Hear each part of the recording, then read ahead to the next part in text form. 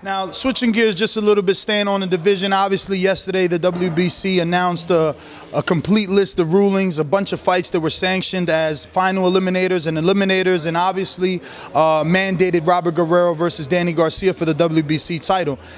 If you happen to beat Keith, obviously everyone in that division is pretty much a Heyman fighter. It sounds like a natural unification.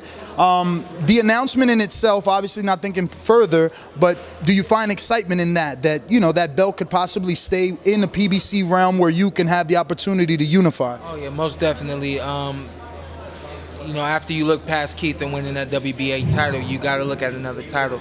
The WBC is the only other title out there that I want to have before I retire from this sport. So we beat Keith, we're going after that WBC title, no matter who has it.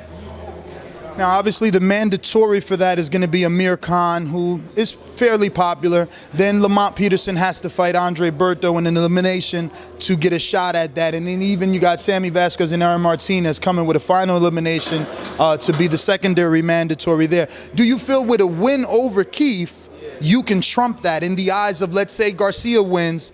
He's like, well, Porter with that win over Keith is big enough for this unification. Maybe it'll pay-per-view. Who knows what the case? I mean, Triple G and Lemieux just did a pay-per-view with unification titles. You know, I can't, at this point, look too much further past Keith, because you look at it, we fought in June, and we wanted to come back in September. That didn't happen. October, November, December.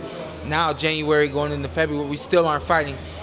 We could win this WBA title, we could knock Keith out in one round, and there's no telling what boxing is going to do. All we can do is what we continue to do, is stay prepared, scream a little bit, make what we can make happen, and be ready for whatever they put in front of us. So we'll continue to just try to knock these nuggets out the way and get what we're supposed to have in this sport. So, Ken, I mean, for you, you hear your son. In my opinion, it sounds like he would like to be a little more consistent in the ring. He would like to more. Is there any reassurances for 2016 that you guys could at least get 2 to 3 fights? I've been offered 3 fights in 2016. That remains to be seen in 2016. You know, we could get 2 fights out of the way, Keith. We can sign to fight 2 times. 1 time, Showtime fight. 2 times. You don't have to look for another opponent this year. You know you're going to get your money, and you can get a chance to get your belt back. There you have it. We can fight 2 times. But what if it happens like Shawn said? First round, Shawn knocks him out. Are people really going to want to see it 2 times? I just want to fight at least 3 times this year. And if I got a guy that's being, and I don't believe this guy, he's not, you know what? He's being drugged in front of a jury. He's not just stepping in there because he want to testify and give fair evidence. He's being drugged in front of this jury to have to get in this ring with this man. He knows he don't really want to take this fight. He's sitting here talking some things about Shawn fighting 140-pound fighters. When they were in the amateurs, Keith was at 152, Shawn was at 165. And if I go down the list, Edwin Rodriguez, 2 times, national champion, both times he tried to defend, he lost to Shawn. Shawn Estrada, 165-pound Olympian, both times he lost to Shawn. Danny Jacobs lost to Shawn. Demetrius Andrade lost to Shawn. Alexander Osik from Ukraine, the 2012 Olympic gold medalist, lost to Shawn. So we don't have a problem fighting somebody our size.